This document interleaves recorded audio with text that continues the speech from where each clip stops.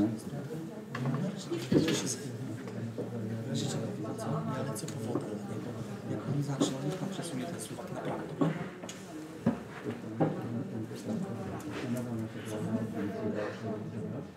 Dobra, ale gdyby zaczęli gadać, a mnie nie będzie.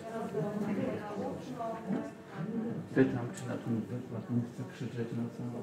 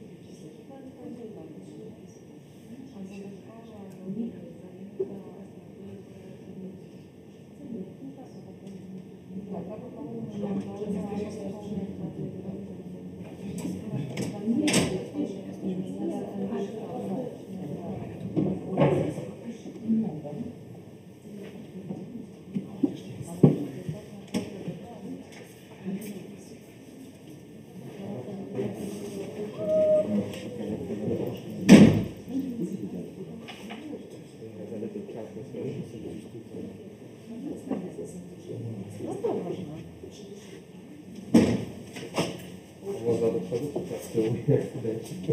Fajnie. Synowa, uniwersytet wchodzi, że pan nie wiem,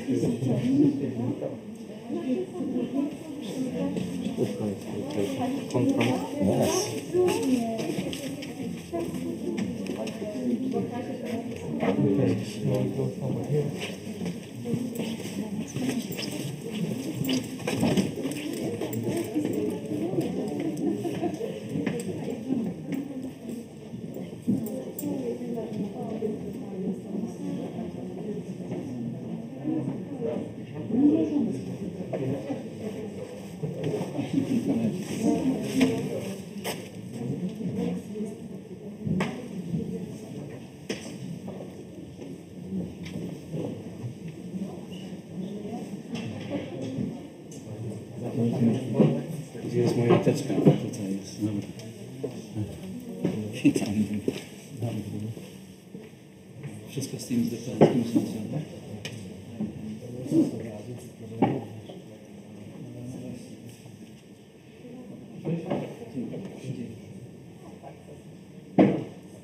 Jestem odnaczyło.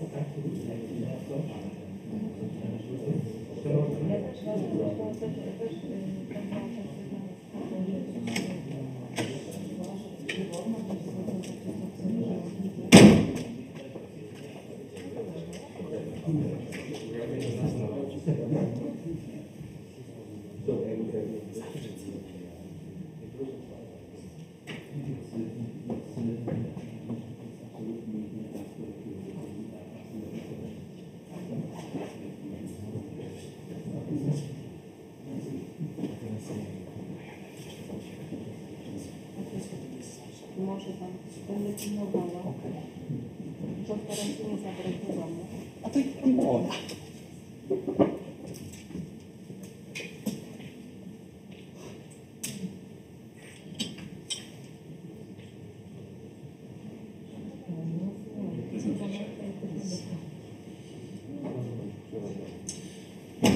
Ladies and gentlemen, it's a few minutes past 1 p.m.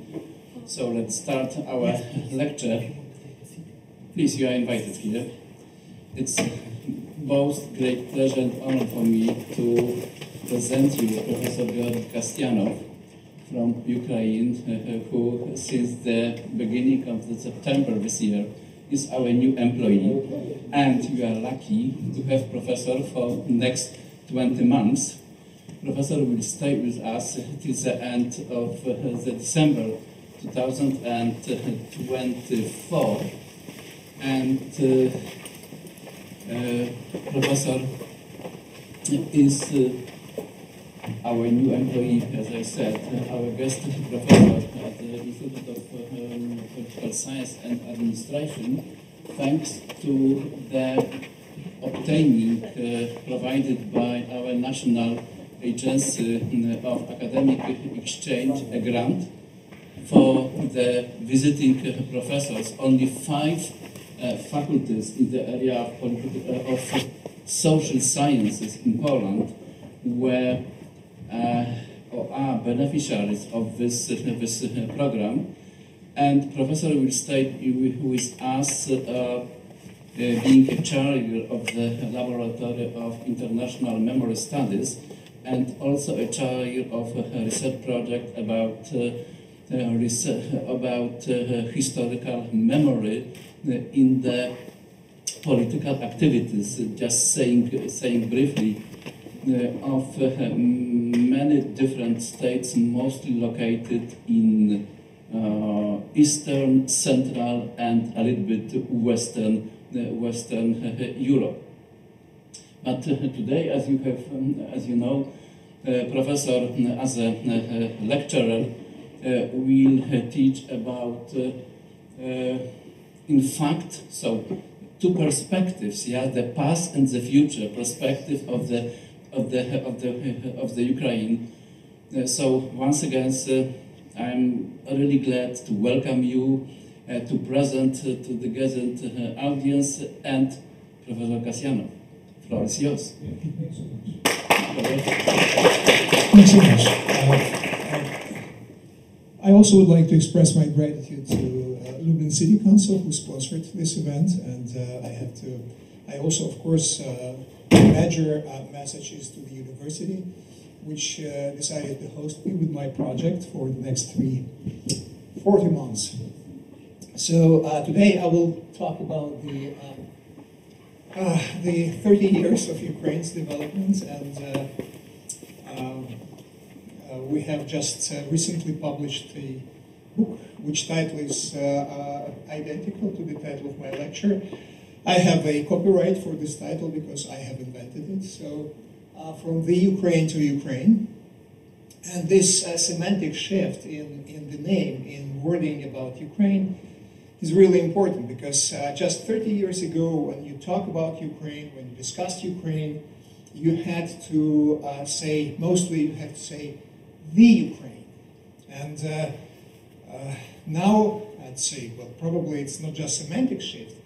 It is about turning Ukraine, moving Ukraine from being an object of history into being a subject of history, or better to say, an active agent, sovereign agent of history. Since 1991, Ukraine exists as an independent state, and now we have 30 years of existence of Ukraine as an independent state. And it is always, it's always a kind of idea to compare different countries or neighbors for certain periods of time. Yeah? We can compare Ukraine and Poland in 30 years, or we can compare them historically, like Poland became independent in 1918, and then where Poland was in 1948. Interesting. So we can compare Ukraine with Poland or with some other countries.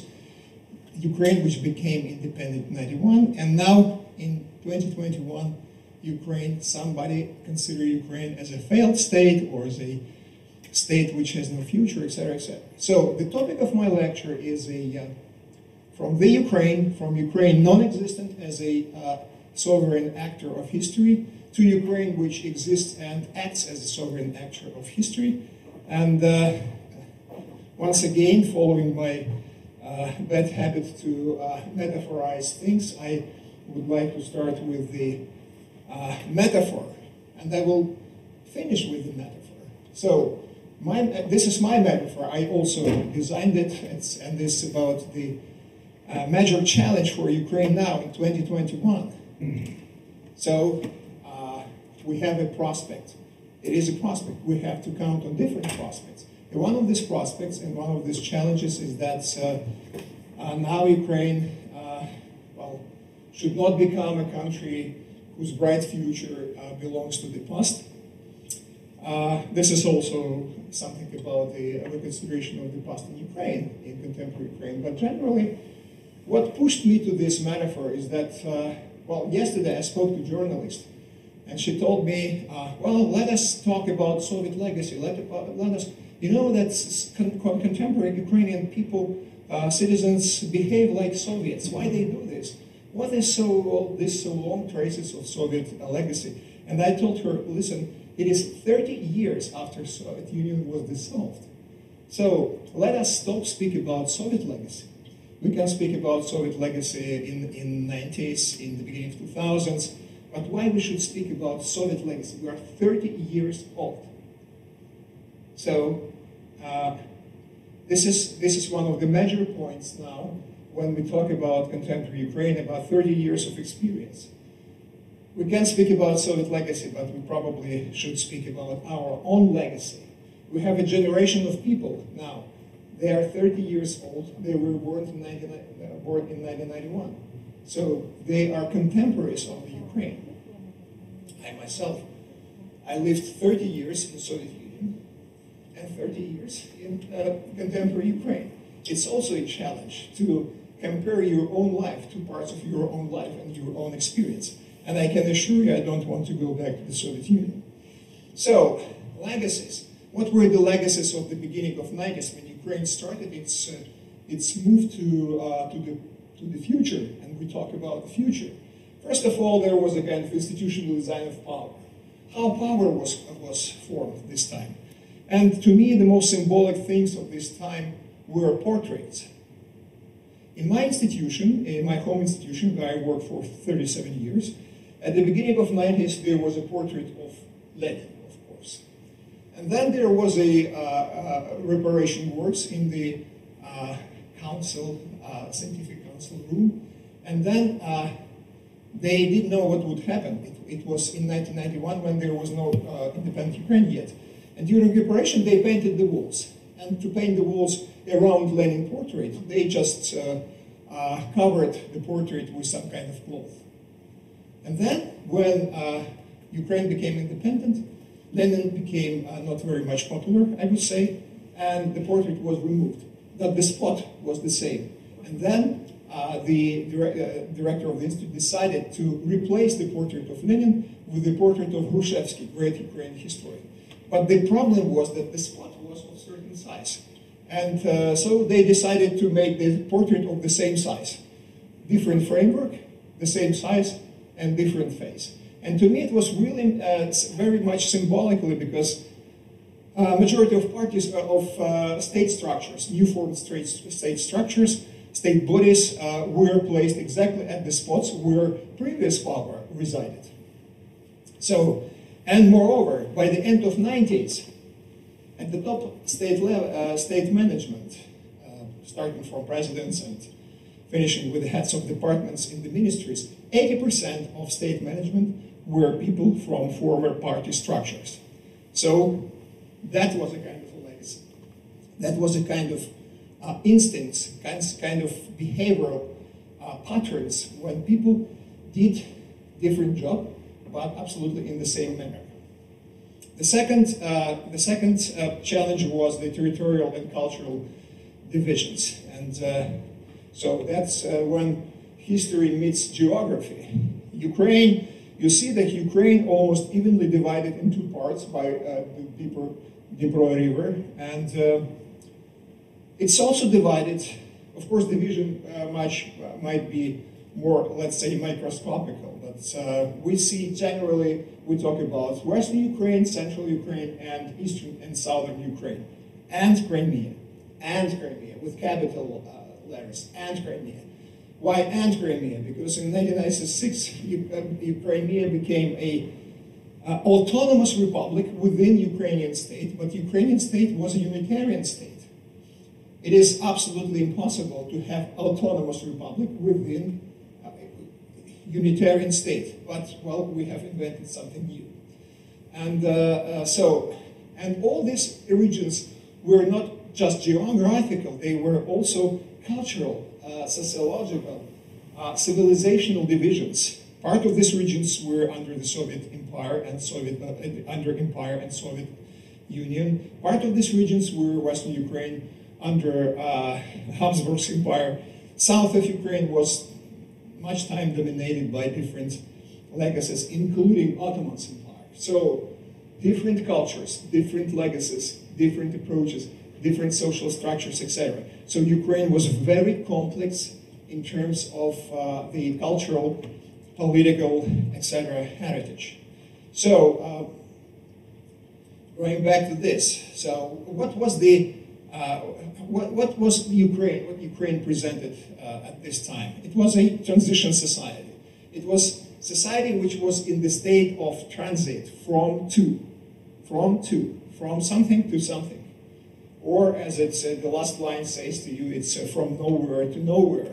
It is a famous joke by Russian writer Pelevin, and this is about, he joked this about the whole post-communist world, post-communist society.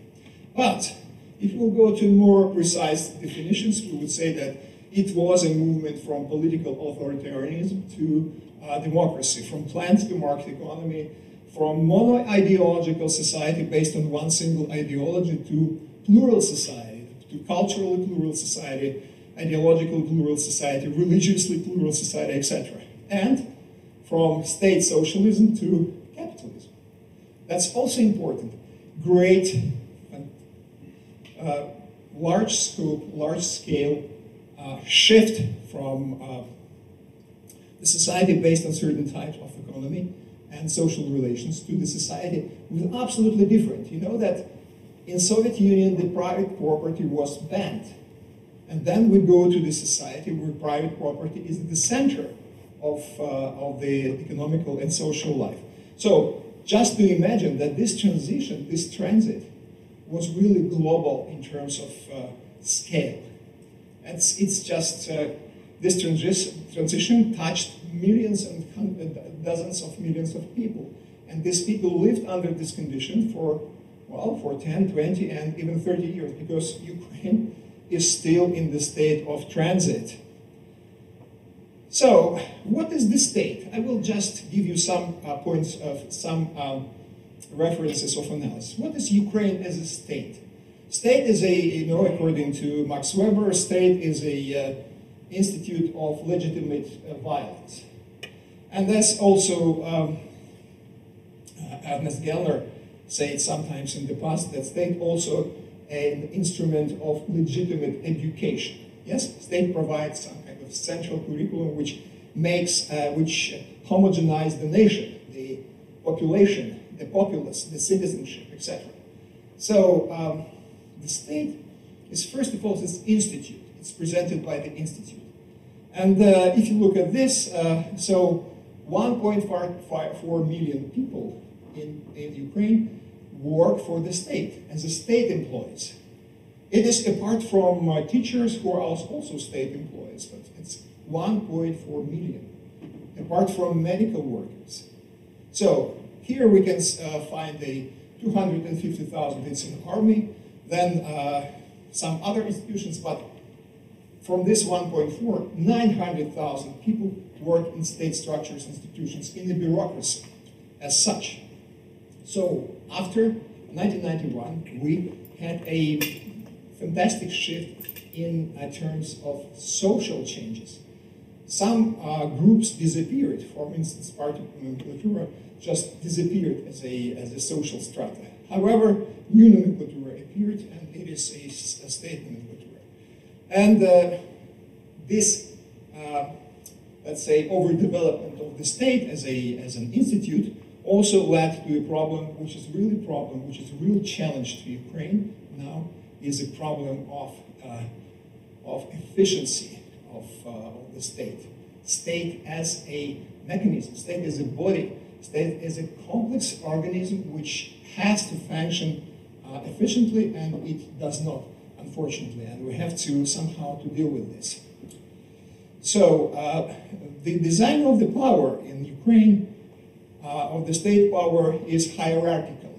Yes, it is how it was completed in the 90s. It is a so-called presidential vertical, and then governmental vertical, and then other verticals.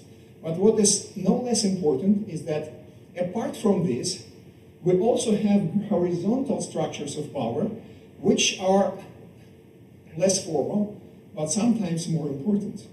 And some scholars, I don't know how to call Kimitaka Matsuzata. He's from Japan. I cannot call him Western scholar, but he belongs to the Western Academy. So let's say that he is the Western scholar, Kimitaka Matsuzata, proposed to call these horizontal elites meso-elites. And these horizontal elites, they are crossed with vertical elites, and then we have points of power scattered over Ukraine, which are connected to central power and which struggle for central power, and those who also want to keep their power in their regions. And this is also the challenge, including the future. So society, we have state, we have society. Yes, society is even more complex than the state. We have civil society, and generally people believe that we should pray to civil society, non-governmental organizations, public movements, etc., etc. It is civil society. But we should remember that civil society includes not just those who are for the progress, for the development, etc. There are also parts of civil society who are against. There's those who act for the sake of the past, not for the future, like communists, like Party of Regions, etc. And we also have so-called ersatz civil society, when the non-governmental organizations created by certain state organizations. And they imitate the actions of civil society and activities of civil society, and they present themselves as a part of civil society, in fact corrupting civil society from inside. So Ukraine often called a country of revolutions. Do you know how many revolutions we had in Ukraine in 30 years? Can you count? 1, 2, 2, 3. Who else? More? Okay, 5 sold. Okay. The idea, first of all, the shift from the dissolution of the Soviet Union and creation of this emergence of independent Ukraine, also called revolution in social science in Ukrainian history. It was first, but it was not the first revolution, because before this was so-called revolution on granite in 1990, the so-called student revolution. Then 1991, the emergence of Ukraine as a revolution, well, as a global revolution, and 2000. What is it? It's a velvet revolution. What was the revolution? The parliament was split on 2 parts, and then communists were defeated, and then revolutionary movement, the old emblem of Soviet emblem was removed from the house of the parliament, and the trident was erected there. And that was called also revolution. Then, of course, we have 2004 and the Orange Revolution, and then we have 2013, 2014, Revolution of Dignity. You understand that all these titles are inventions, yes? They are just labels. They are invented by participants to legalize, to make the movement, well, to give it a name to the movement and to make its political power over the minds. However, if we would look to the nature of these events, revolutions, we'll see that none of them were revolutions. They probably, some of them started revolutions, revolutionary change, but these changes were halted at a certain point. Neither system of power was changed after these revolutions. nor social relations changed, no changes in the, not just structures of the power, but in the habits of the power. So none of these events would be called revolution, probably with certain exception for the emergence of Ukraine, independent Ukraine. That was really revolutionary change. But once again, there is a lot of different nuances which should be discussed to speak about revolution seriously. But what is important about these so-called revolutions is that they were the great manifestation of the existence of organized society in Ukraine. So when we have this dilemma balance between state and society, and this should be balanced, yeah, society should somehow control the state as a institution, and at the same time the state has to regulate the relations within society. So when we have this, this balance, we observe this balance in Ukraine, we see the very interesting phenomena, which is very interesting and very characteristic for Ukraine. We have a kind of, let's say, barrier between society and the state, between citizen and the state. And this, from one point of view, it is interesting phenomena, it's interesting for analysis, but at the same time, it is real challenge to, to the state of Ukraine, to the country. And please look at this table, and this is why I will explain it, why I compiled this, this table using the level of mistrust, not the level of trust. Generally, sociologists speak about level of trust. They say, so the share of population who trust institution is this. But I have decided to, for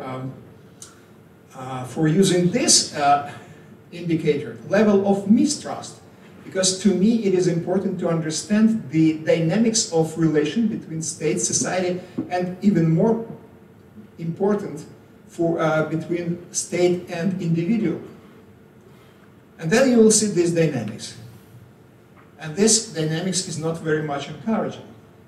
As you see, during the 30 years, or 25 years, 26 years, due to sociological data, you see the permanent, constant, high level of mistrust of citizens in state institutions.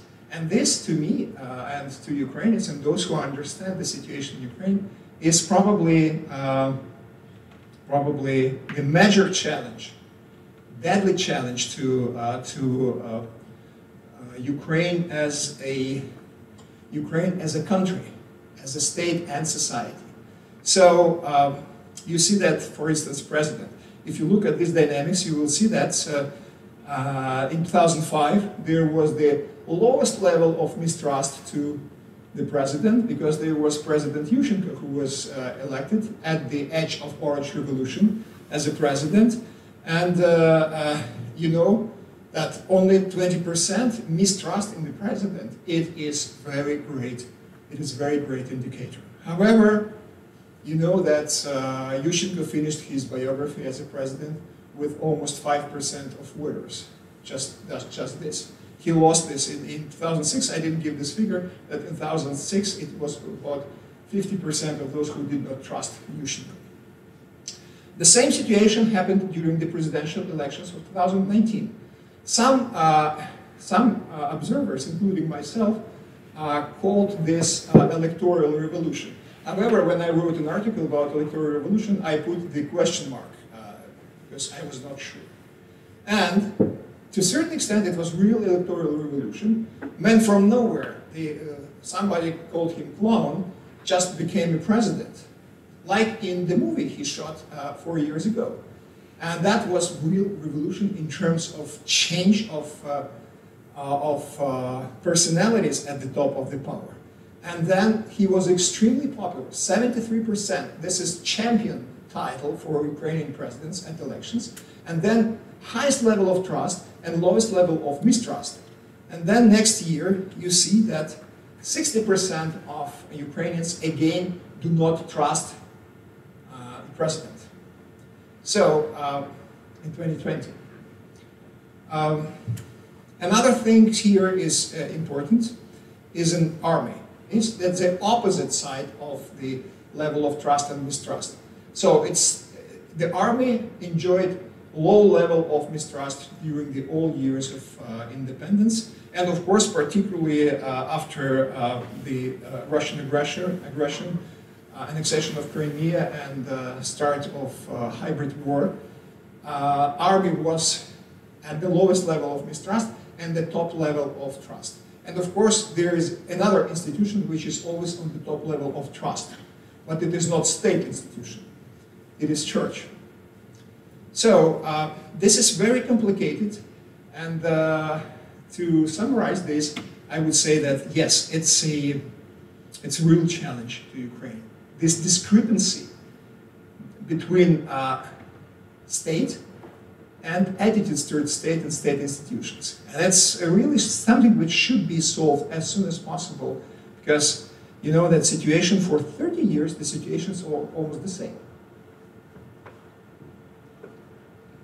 Social dimensions, socially Ukraine changed also, to really change to the extremes.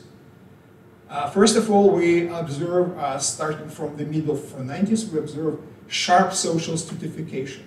The accumulation of the public good in the one pole of society, and then the accumulation of poverty on the another pole. And something is in between, which is not sometimes measurable. Deterioration of social benefit system, and for instance, recent reform of medical service in Ukraine, and recently started educational reform, that they both were, unfortunately, they were both belated. But once again, going back to the previous point, the matter of trust. All reforms in Ukraine come from the top. It's top-down approach. Central institutions impose or propose certain reforms, and then society responds. If you would look through the social polls, social overviews, you will see that, sociological overviews, you will see that neither medical reform nor educational reform were supported by majority of population. However, they were introduced, or for instance, market of the land also was not supported by majority, but it was introduced. And in this case, I believe that state behaves rightly. They should do this. However, then if you have low level of trust in state institutions and you have reforms imposed from above, you may have certain suggestions about the fate of these reforms and the effectiveness of these reforms. So inequalities, I already mentioned this. So we have Ukraine greatly shifted from the consumption deficits to consumerist society. That's really great social shift. And that's also, when we speak about poverty and diversification of polarization of income, it is also important to understand where we came from and where now, since the middle of 2000s, because real poverty was in the 90s. People really didn't have what to eat. Many people, millions of people, really didn't want to have what to eat. So now we do not have this situation when people starve. However, the level of poverty and the quality of poverty changed. For instance, sometimes people who they were responding to the sociologists' questions, they say, and they ask, what is your level of income? Low, middle, average, etc. So they say middle, low, all middle. But at the same time, the guy who responds to this question, he takes the iPhone for $500, bought in credit, and then says that I'm at the low level of income. And this is also about some kind of social behavior, because Ukraine became really consumerist society, and so-called conspicuous consumption unfortunately became a part of the culture. Luxury cars, chateau, etc., etc. And that's also part of the great shift in society, because Ukraine was a kind of egalitarian society, when there was it was a shame to be rich in Ukraine, and then now it is a kind of great social acquisition. So unemployment is generally, it's interesting that during the 30 years of independence, unemployment in Ukraine is relatively on the same level. But it also became a problem because in Soviet Union there was no official unemployment. So what is also interesting in the area of social changes in Ukraine in 30 years is the changes in the structure of economic activities. As you see, Ukraine was gradually deindustrializing country, and then in the last 5-6 years, more rapidly deindustrializing country. And as you see, that we can follow this by looking through the dimensions in the labor market and the changes in the labor market. And you will see that in 1990, before independence, there were 30% of population, of working population from 15 to 70, in the age from 15 to 70, who were engaged in the industry.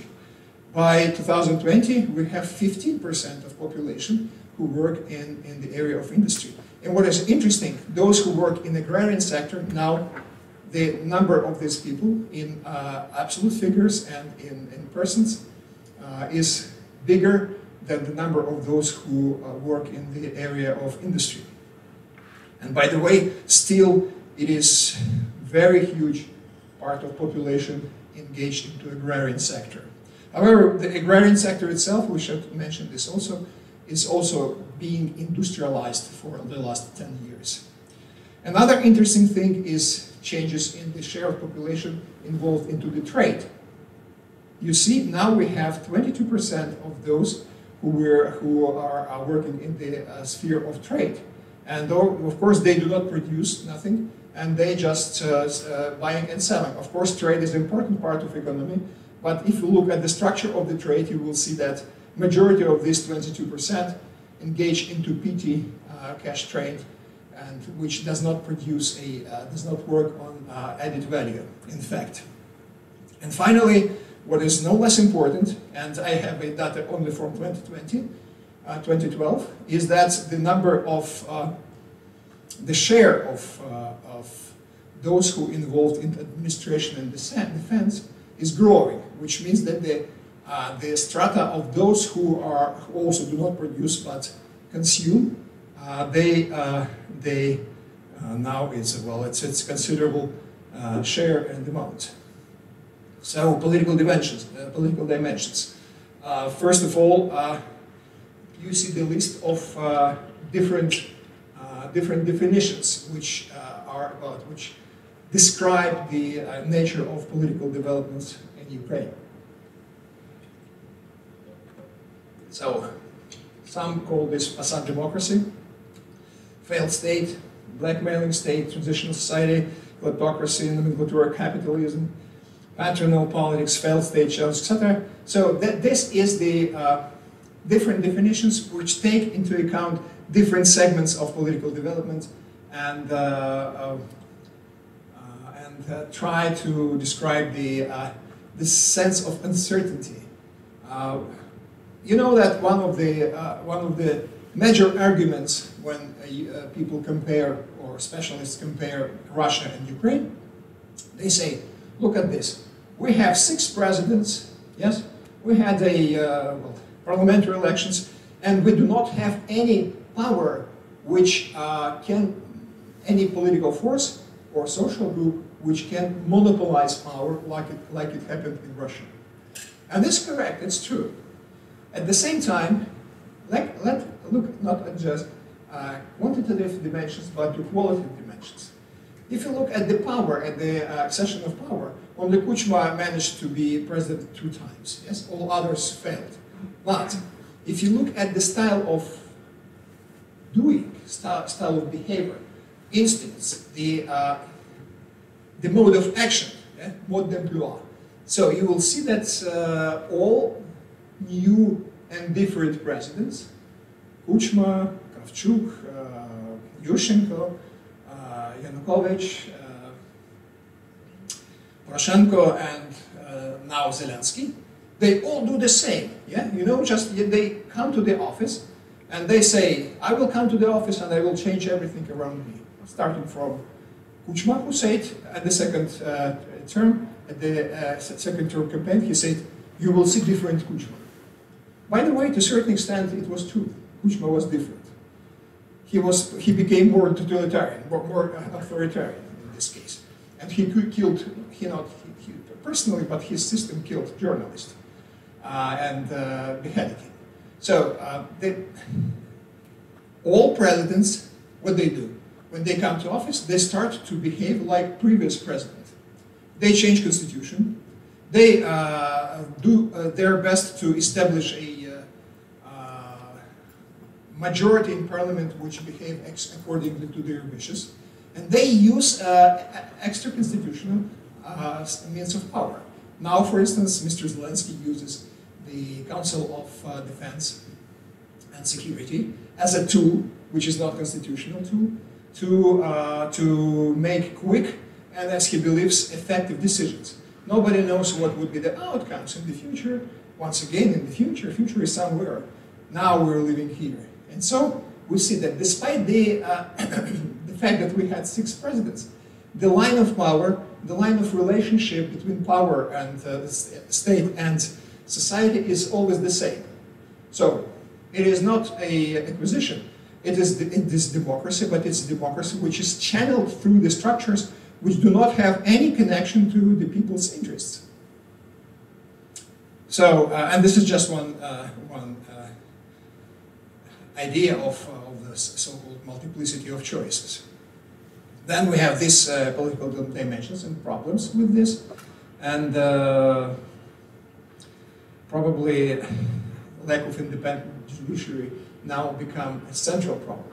You see what is going on. The judiciary start to behave as independent, but it started to become in Ukraine, start to behave as independent, not as an independent from president or from groups of interests, from oligarchs, but they started to work independently for their own interests. And this is real clash. You know that president fired the head of constitutional court. It's also beyond the constitution. It's also should not be at the table, but it happens just exactly because the judicial power, branch of power, decided that they are independent from anybody. They just should be self-sustainable and work for their own interests. And then you see that corruption, that's still and permanently for 30 years, corruption is one of the central problems of Ukraine. And when you observe sociological polls, sociological surveys about Ukraine, about the ratings of problems which perceived as a problems by Ukrainian society, Ukrainian population, corruption is always in the first 3 points, including security, low salaries, tariffs, etc. So corruption is another challenge. So international dimensions. You know what is interesting about this picture? I showed this picture 20 years ago here in Lublin. It's from 2001.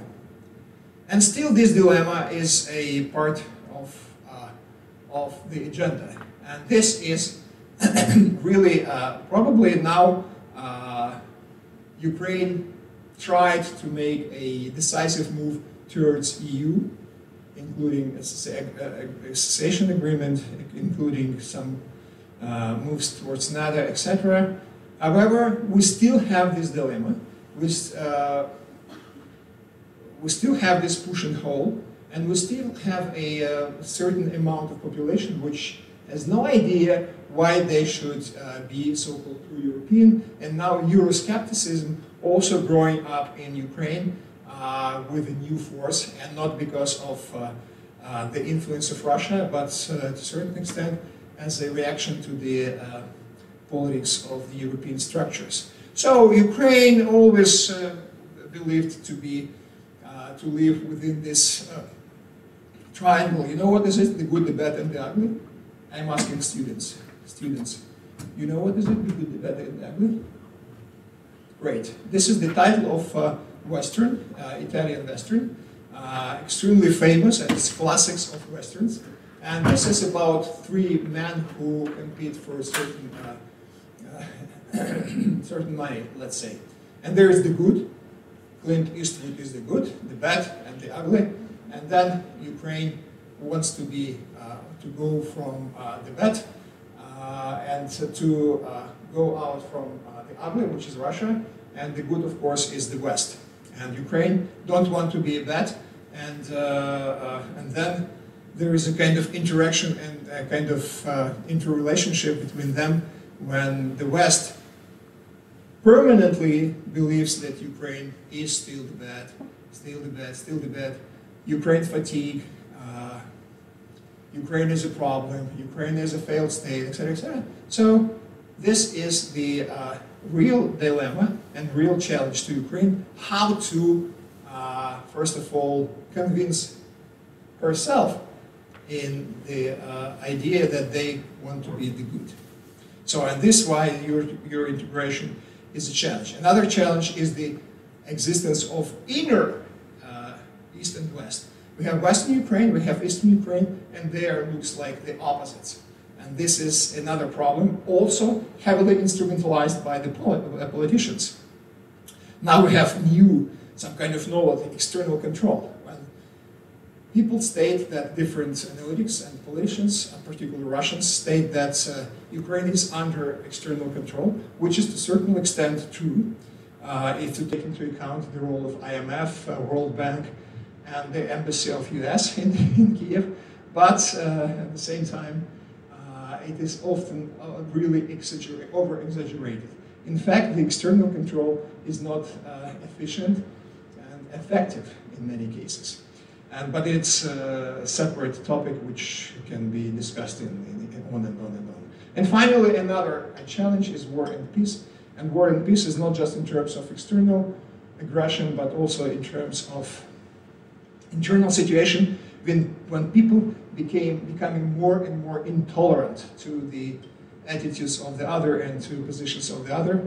And this is another challenge to Ukrainian independence, and it's also challenge to the nation building. That was the first project when Ukraine started to develop a politics which could be described as a nationalizing state. And to the end of the 90s, it was quite successful. Then, what I mean by nationalizing state, it's just a congruency between the cultural situation and wishful thinking and state of affairs when, let's say, Ukrainization of Ukrainians. Okay, so by 2012, about 82% of pupils in schools were educated in Ukrainian. Was by 2012. In 1990, their share was 50%, so almost twice. And this means, and that 82% was even more than 78%. 78% is a share of Ukrainians in the composition of population. So nationalizing state worked effectively. However, at the same time, when the ethnic cultural homogenization turned to be a challenge because there was another strategy. There was strategy to mobilize different ethnic groups, particularly Russians, against these nationalizing policies. And then it was supported by Russia. It was supported from inside. And finally, we got to the dilemma between nationalizing state, national state, and state nation, between civic nationalism and political nationalism, or and ethnic nationalism. So what should be put in the center? Ukrainians as a nation of citizens, or Ukrainians as a nation of ethnic Ukrainians, and as a titular nation, and some other nations. That's a challenge, and it's still not resolved. And we have real problems with this, particularly after 2017, 2019, with the exception of so-called decommunization laws and education laws and language law. So I would like to, I started with the metaphor and I finished with the metaphor. So the metaphor is to be free is not to do what one wants, but to want to do what one can. And that should become a kind of slogan for Ukrainian politicians, whoever, citizens, residents, who else? Pensioners, etc. This is what should become, I believe, for Ukraine as a matter of credo. And then, in this case, probably Ukraine have a brighter future, and this future will be visible because future is still a project which always reconsidered and reshaped within the current politics. So at this point, I would like to finish my presentation, and I hope that we'll have some discussion. Thank you very much for your attention.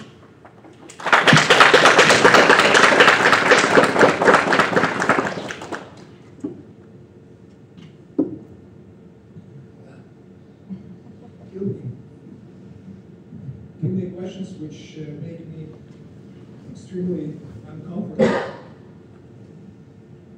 So, Professor Kasena, if you would mind just starting the discussion. But first of all, thank you for your lecture. I'm really inspired, but you showed us how really sophisticated is the social, political, economic, geopolitical reality of the Ukraine now.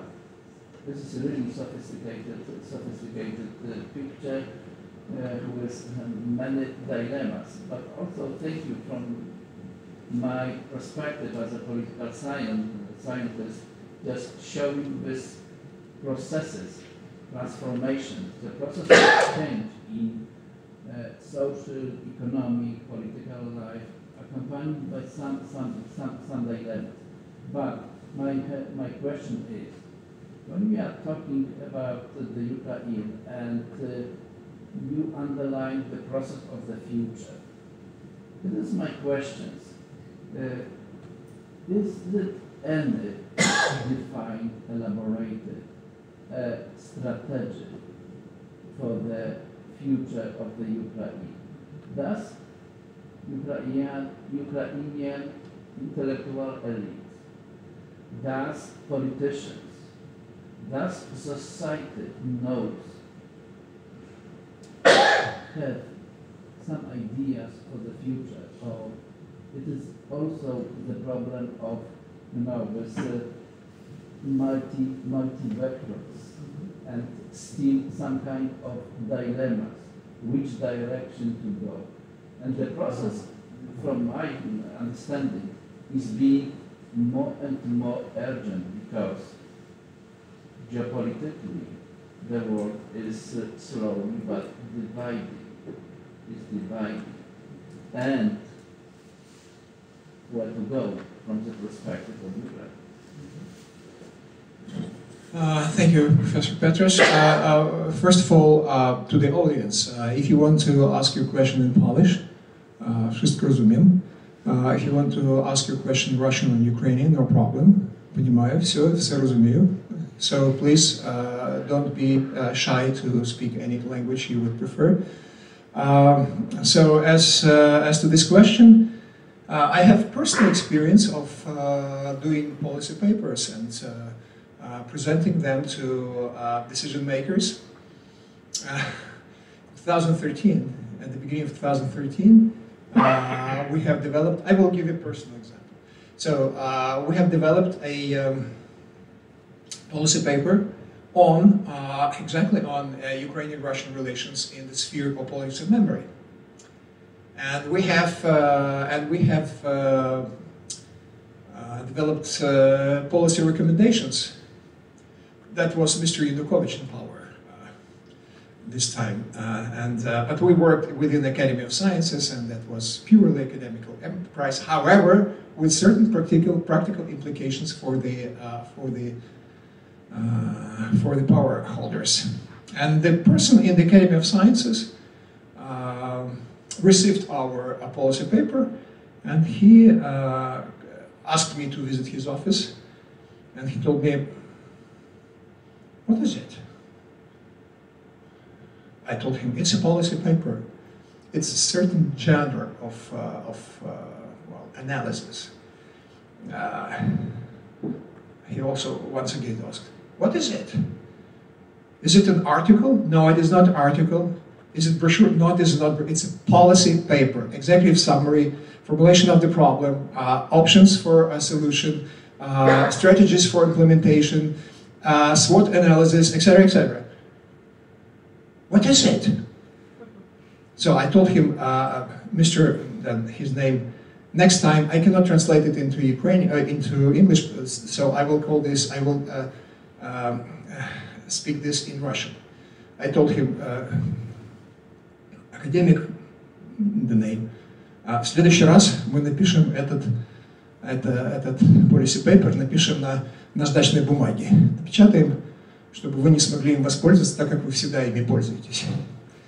Then he was very infuriated. There was a scandal, but nevertheless, that was the attitude. And then, for instance, there was very good so-called, you know, this is methodology of constructing the strategies and option of policy options developed by so-called foresight. So there was excellent, absolutely excellent foresight paper in 2015, which proposed 6 strategies for Ukraine on different dimensions, economical, social, political, international, etc., etc. Excellent. It's still available. Everybody can see it. It's very good. And they proposed 6 options of development, not as development, but as 6 scenarios. And then as I follow this, I just observed it recently, Ukraine chose the worst scenario from these 6. So, of course, some of this choice was not determined by Ukraine itself, but by external situation. But generally, that was the idea of strategical vision. So our elites, our power holders, they are not accustomed to the idea that certain expertise, scientific expertise, policy expertise, can be taken as something which should be considered as a plan of action. What they want, I spoke to certain people. I spoke to, many times spoke to the person who was a spin doctor for, spin doctor is those who make political campaigns for presidents, etc. He was spin doctor for Yanukovych, for Kuchma in 1999. He was spin doctor for Tymoshenko in 2007.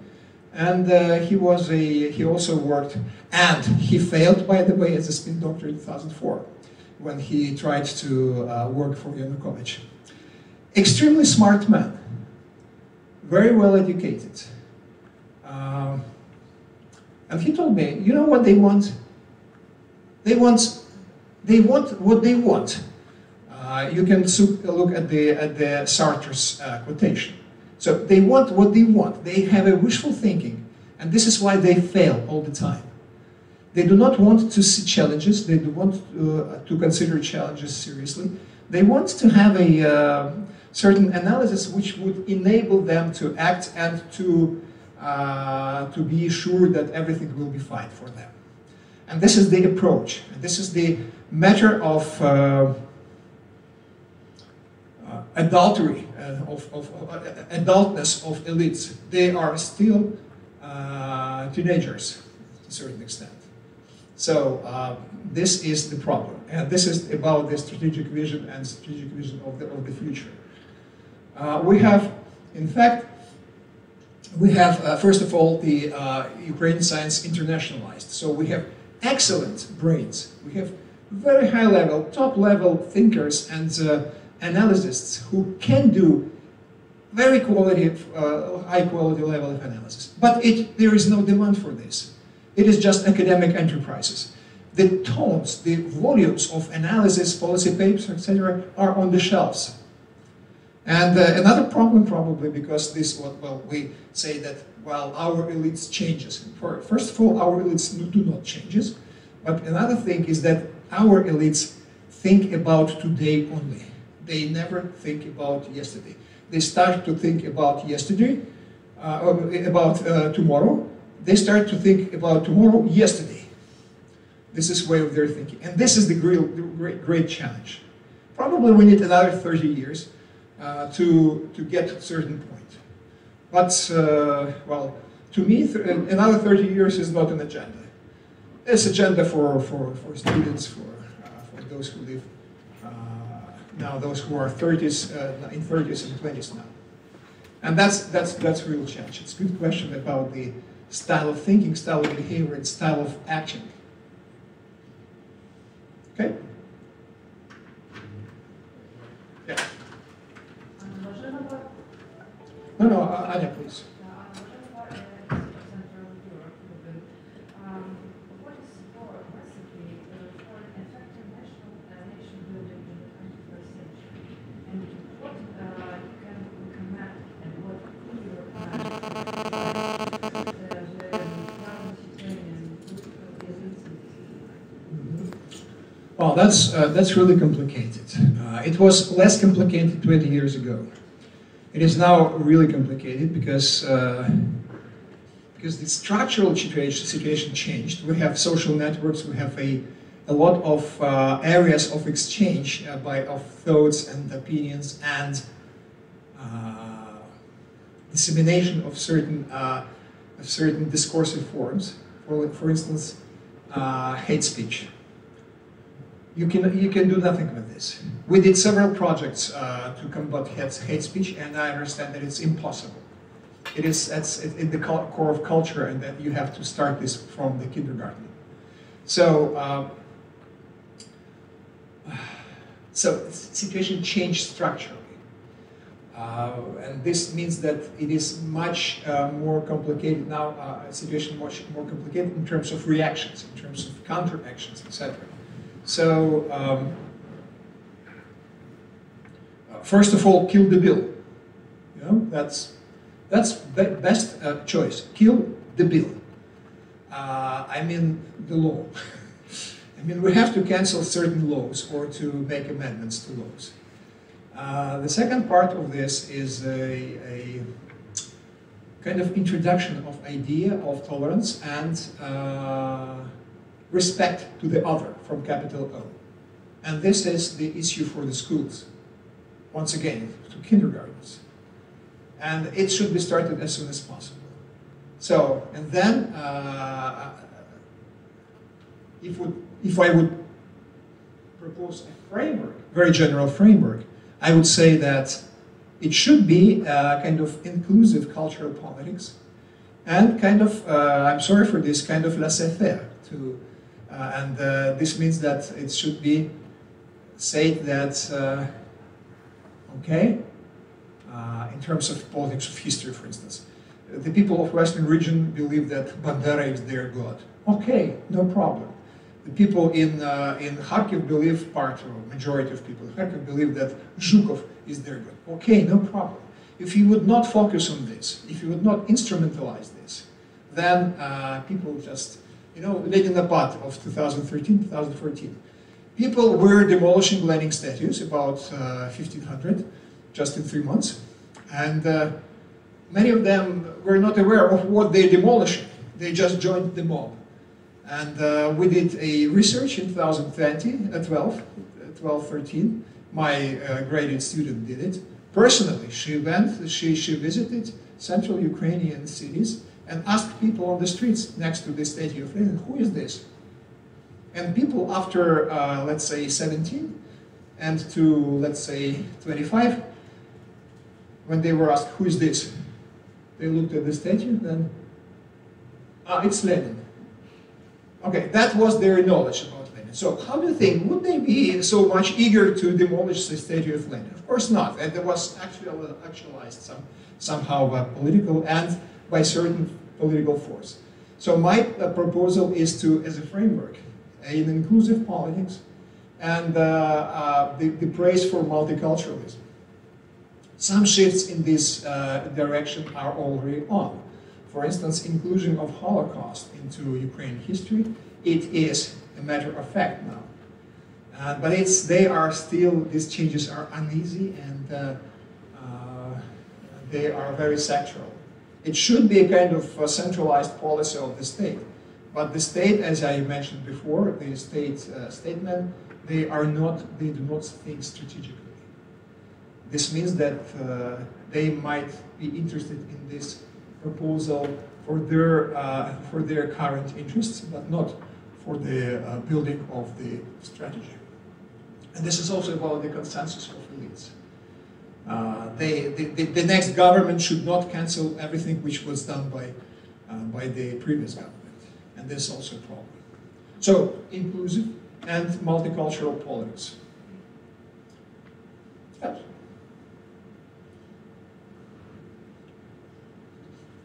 Oh, yeah. Yes, please. Sorry. Jakub Polchowski. First of all, thank you very much for your interesting speech. And you mentioned about an epic movie, the good, the bad, and the ugly. And I'd like to mention a very nice TV series, The Crown, a story about the British Crown. In one of the episodes, there is a very good scene. I think that this scene should be obligatory for all students of political science, international relations, etc. Lord Mountbatten explains to a group of politicians why it is impossible to overthrow a British political system, to overthrow the British government, to destroy it from the inside. British political structures, procedures, etc. He explains very plainly why it is impossible. It is because the state, the British state, has an institutional memory, has institutions that have been built for centuries, and it is, a mechanism, a system of counterdependencies, interdependencies between them that it is impossible to break them, to overthrow this system. And when I think about Ukraine, I believe that unfortunately Ukraine suffers from, so does Poland to some extent, by the way. Ukraine suffers from a lack of this institutional memory.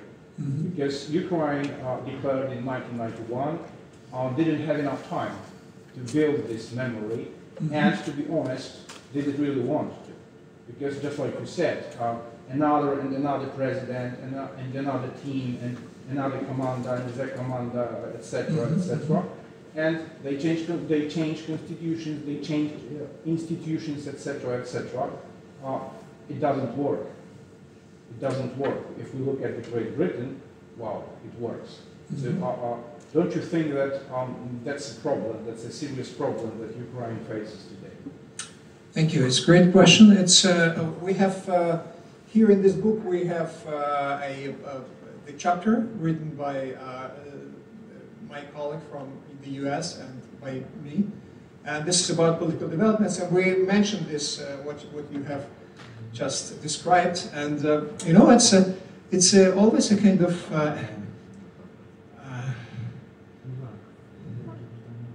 wish to go to so-called longue durée, that the term which was developed by the Les Annales School of French historical thought, and they produced this term longue durée. Yes, to understand some phenomena in the contemporary phenomena, you should somehow decipher its intellectual, cultural, sociological genealogy. So in these terms, in terms of longue durée, if you look at the history of Ukraine, the state in Ukraine, in Ukrainian lands, the state always was an external force. Ukrainians themselves created either politia, like Bogdan Khmelnytsky state, it was not fully fledged state, but politia, or state in terms of, like Hetmanshchina in 18th century. It also was quasi-state, but with a certain feature of the state. Or in 1721, very short period, and 3 Ukrainian states competing with each other. So what is the longue durée here? Why Ukrainians, first of all, so stateless in their minds? they believe you saw these attitudes towards state institutions and the trust to them, or mistrust. State, first of all, was external force. State was, for all these centuries, a enforcement agency and a, let's say, robbery agency. State wanted to pump out as much as possible. And not a big difference now, by the way. Okay. If you look at the tax policies in Ukraine, then you see that it's absolutely murderous to economics. So, and another thing is, which is really important, Ukrainian lands were never stable society. It is, for centuries, it was frontier society. The frontier was always moving, so people just were accustomed that next day everything can disappear. And this probably works on mentality and on how people perceive the stable structures.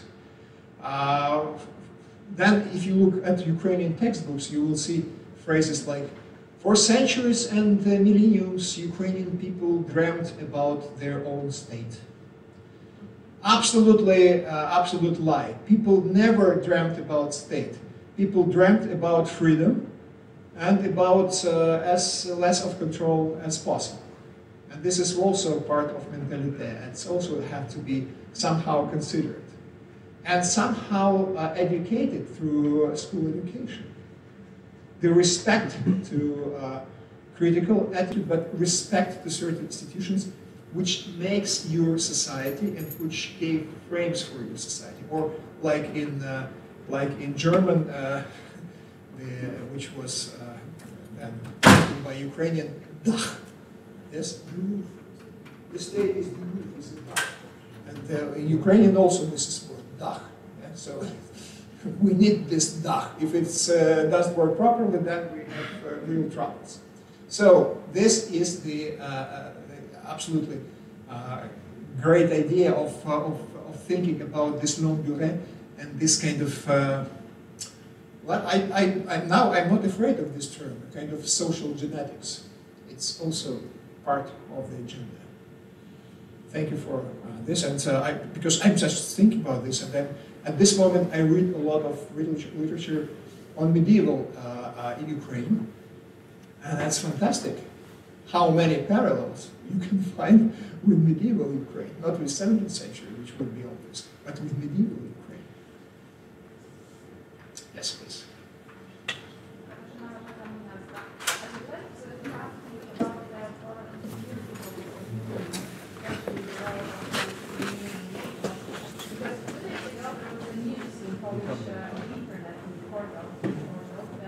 There was an interview given by the Chancellor Merkel, former advisor of international relations, and in the interview he said that Merkel did everything she could to prevent Ukraine from joining EU and NATO.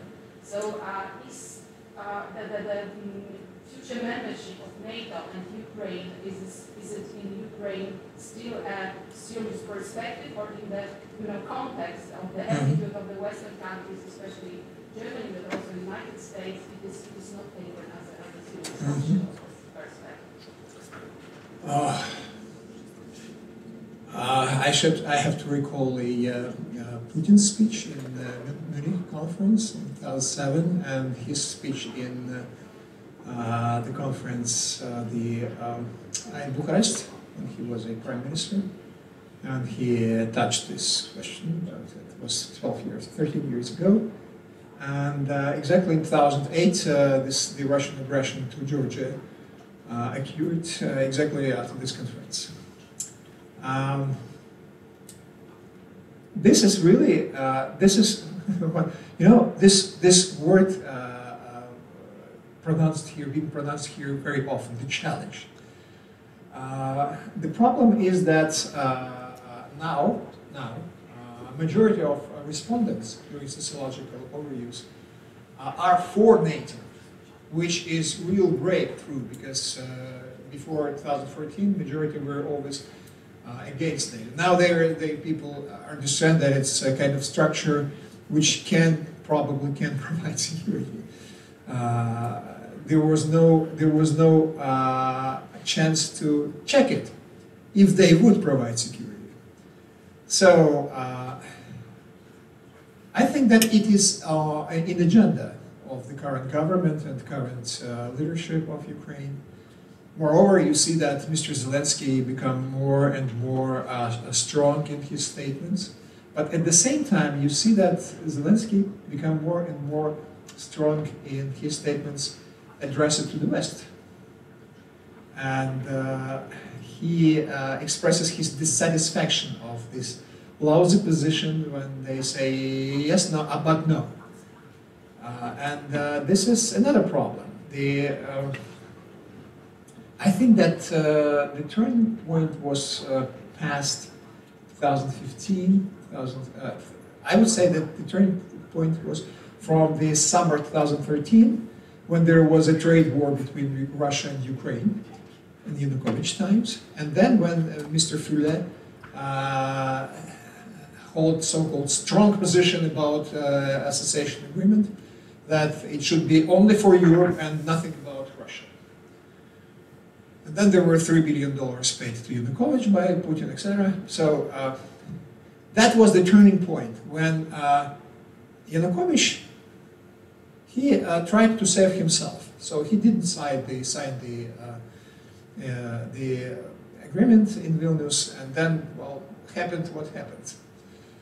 But he tried to save himself. And in this situation also, those who will make, you see that the history, look at the recent history, every strong attempt of Ukraine to make decisive step towards West, always meets reaction from Russia, who believe that Ukraine is their backyard.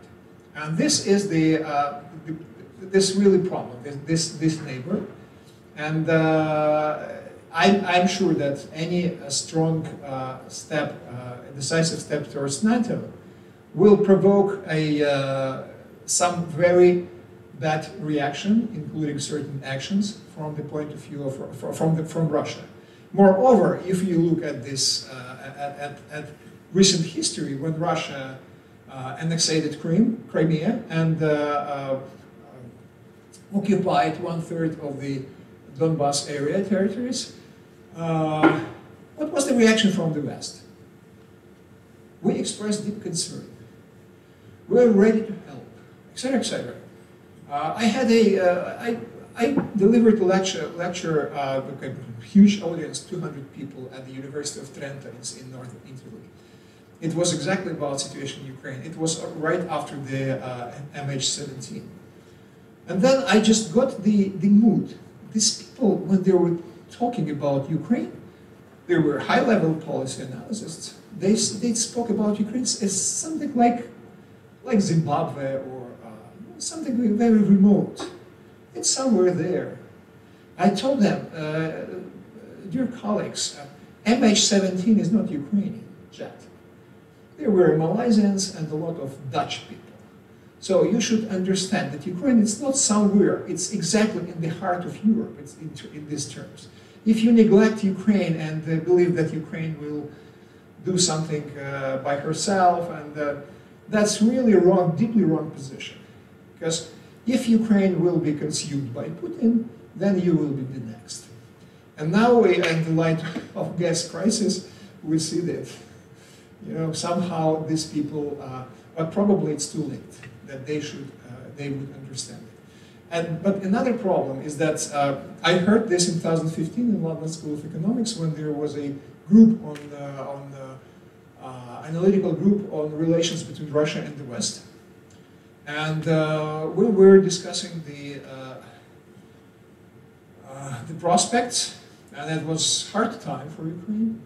And I was really impressed, negatively impressed, by the position of the guy who presented Me-6. And his position was, he didn't formulate it, let's say, in strict terms, but contextually, I got the idea that we, the West, are ready to fight with Russia till the other Ukrainians, till the last Ukrainian. And that was the position. So I think that this is a lot of cynicism in this. And and a lot of short sight in understanding the situation.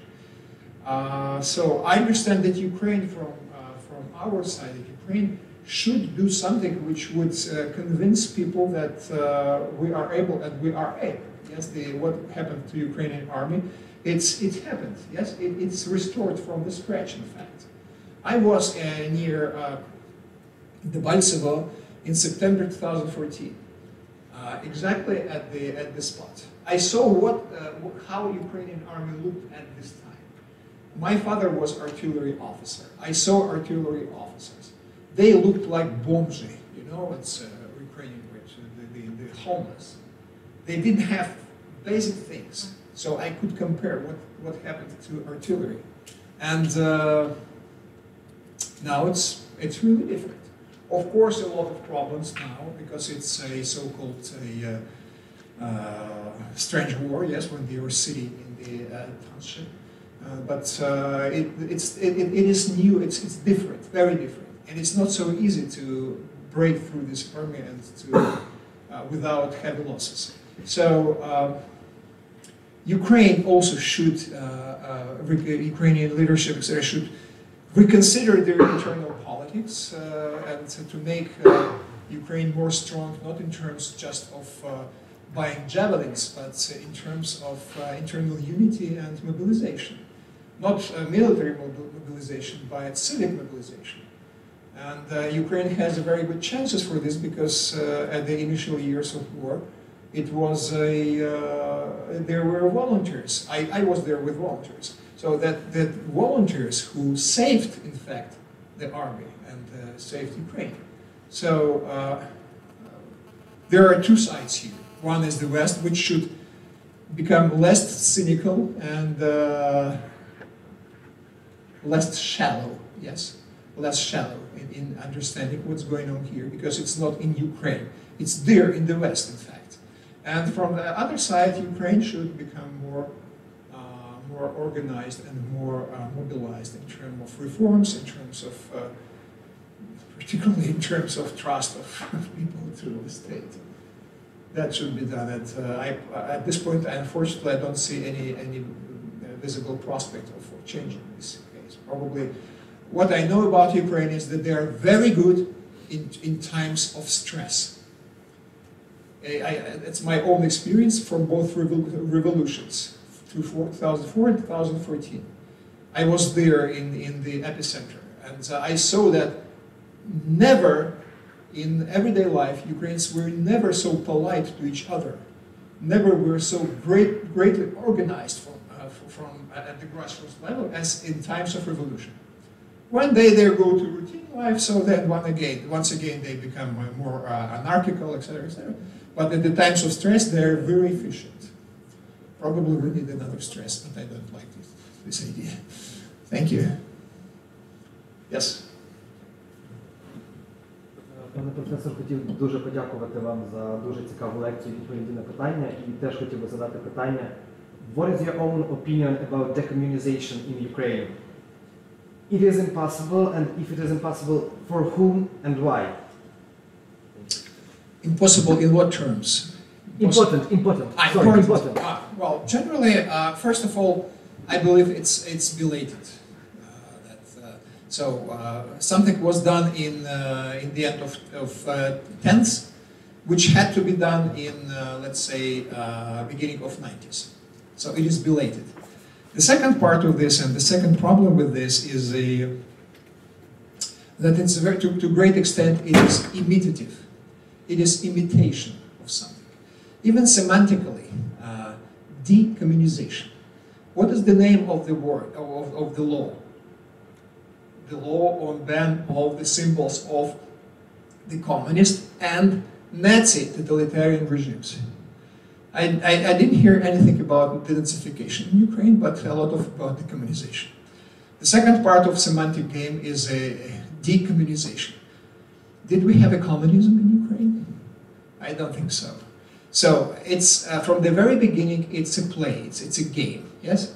Another thing about decommunization, why I'm very much skeptical, is that it is reversible. The third thing about this, that it was once in the history of decommunization, at the very beginning when it did not start, at the beginning of 2015. No, sorry, it was in the summer of 2015 when there was the first poll, opinion poll about decommunization. No, it was the third poll, but it was most veritable. So, and there were 52% throughout Ukraine who were for decommunization. And it did not start yet. After it started, all other opinion polls, majority of the population was against decommunization. For one simple reason. People believed that it is not real. It is not about real problems. Another point about decommunization, I analyzed the social political group who was behind this. These people, it's very few people. It's very interesting, by the way. Decommunization is very interesting in terms of this top-down approach, when the small group of motivated people come to the decision-maker bodies and to the bodies which are responsible for implementation of policies. And another point of this analysis is the group, and another point is their allies, those who supported them. Who supported them? Populists. All populist parties in Ukraine supported this, not because they were anti-communists, but just because they wanted to be involved in a certain process which would bring them some popularity. And that's it. And the small group which I started to speak about is a group from the organization, Center for the Research Study of Liberation Movement in Lviv.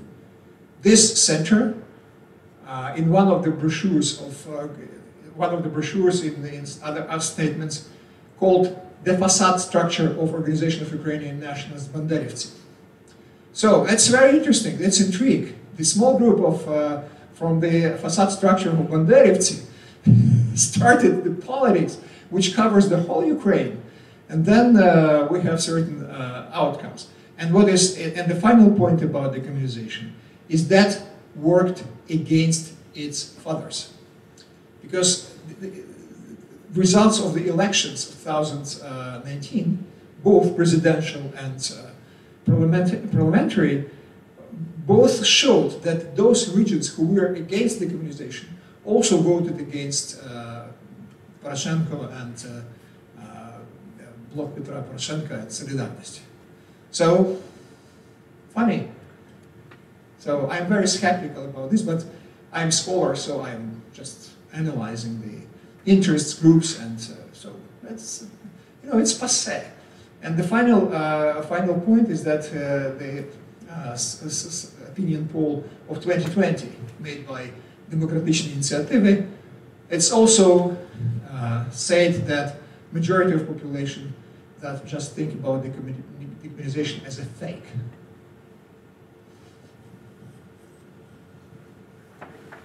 Yes. Don't sleep. Yeah. I want to join and express my gratitude for the presentation. My question is rather bizarre. I really enjoyed the table which was shown about the elections and the expectations and mistrust to the president. And so my question is, what can help to avoid such cycle, repeating cycle, which is sort of in the future? Would it be proper political education or some reformation in the structure that allows certain groups to work or not work? My name is Yaroslav Kashna. I'm political science. Thank you, Yaroslav. Thank you.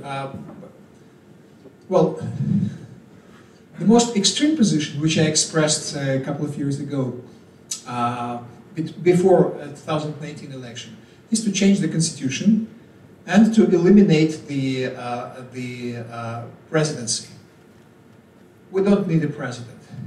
It's a I think it's like a Piotr Kolesov.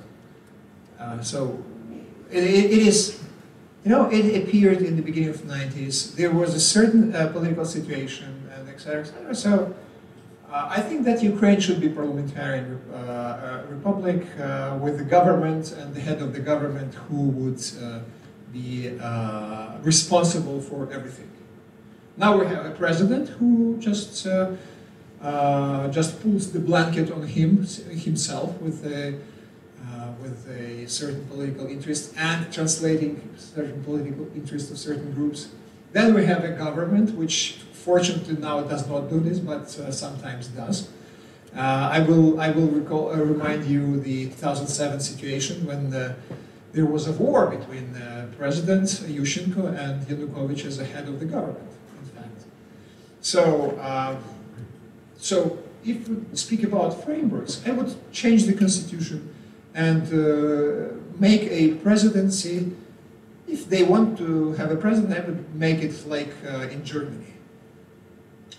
The post of the president is important there, and sometimes very influential. But at the same time, it's mostly about foreign policy, etc. So that's the first part of your question. But the second part, if we are realistic, I understand that nobody would. I expected that Zelensky would initiate this. I came for one term, so let us change the constitution and then to remove the post of the president. No, he speaks about the second term. So, then the second option, and you mentioned this is trust. Yes, trust and mistrust. So how to change this? The only way to change this is to say the truth and to behave not in the interest of oligarchic groups, but for the interests of the people.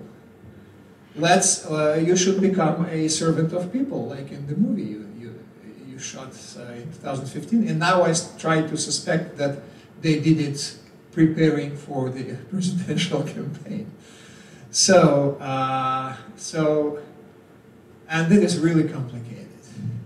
And this would take years and years and decades to normalize this relationship and to change the behavior of people. You see, in 2015, in 2005, in 2004, in 2005 after the election, and in 2019, there was highest level of trust to presidents at the beginning. In Yushchenko and also by Poroshenko also there was high level of trust. You know, one turn and 54% of voters. It was great in this situation. And then next year, Poroshenko is about 60% of mistrust. And this is just like a magic circle. It repeats, repeats, and repeats. And, but the other side, not just persons from this side, the presidents, but also about society. That should be, you know, but it goes too far. It goes to the system of education.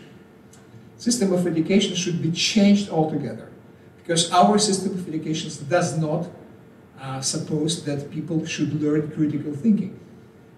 Particularly things like, well, now it's changing, but it's just only the start. So, and this is about the philosophy of citizenship. The свідомий українець, yes, a conscious Ukrainian. It's not the guy who just accepted certain dogmas and then follows these dogmas in his life or her life. Свідомий, conscious Ukrainian, conscious citizen, is the person with critical thinking who comes to certain conclusions about his or her state through critical thinking and becomes patriot of this state, of this country, through critical thinking, understanding the problems of his or her state and a country, and still being patriotic about this country. This is the so-called, how to say it's active patriotism. Not following dogmas, but thinking critically and understanding your country, and then acting like a conscious citizen. And this is about the system of education. I see some positive, some optimistic changes at the beginning of the school reform, but it also must take several years. And as you understand, every reform is a mess from the beginning. So if you start reforming something, you should be ready to the mess in the system, because it's destabilization of the system. But it is in it. We have to change the system of education.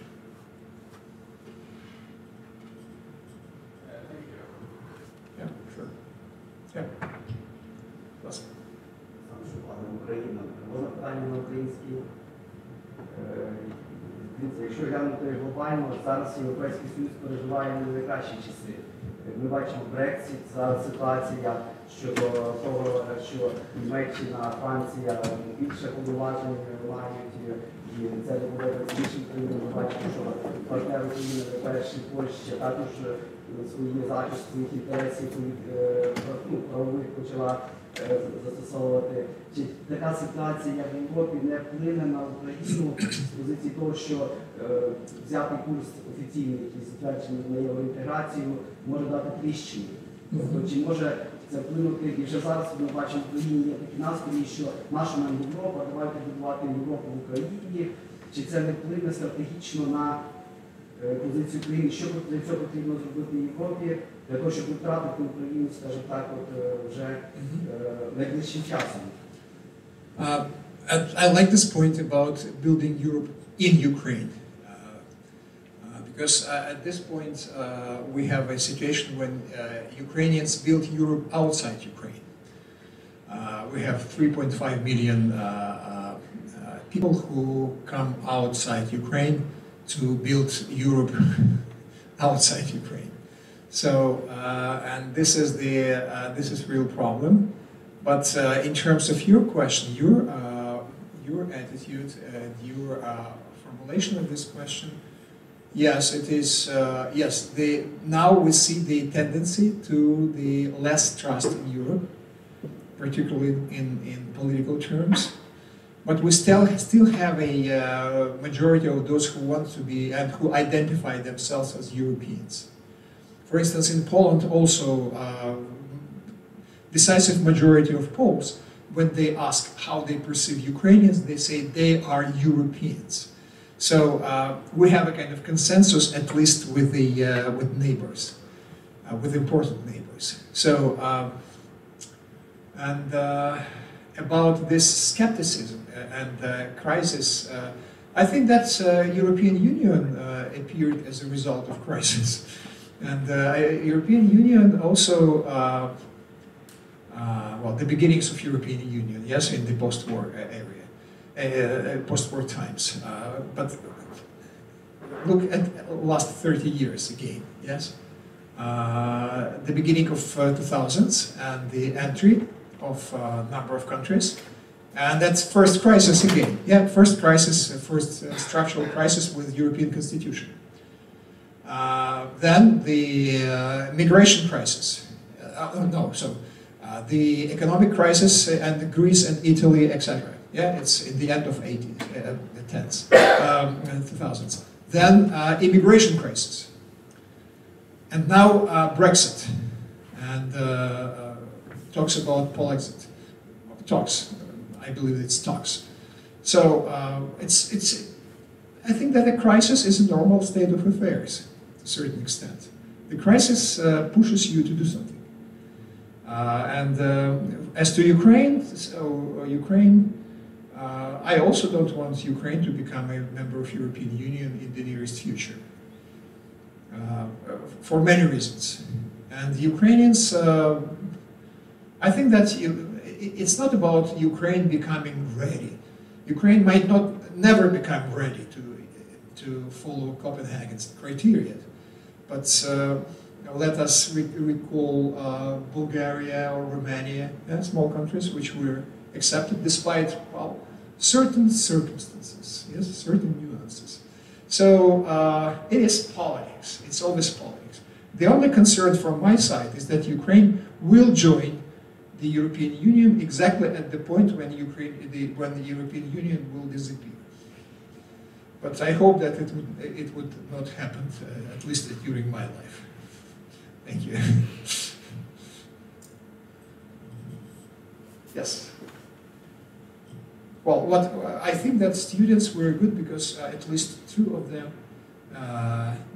asked me, and they posted questions. So thank you very much.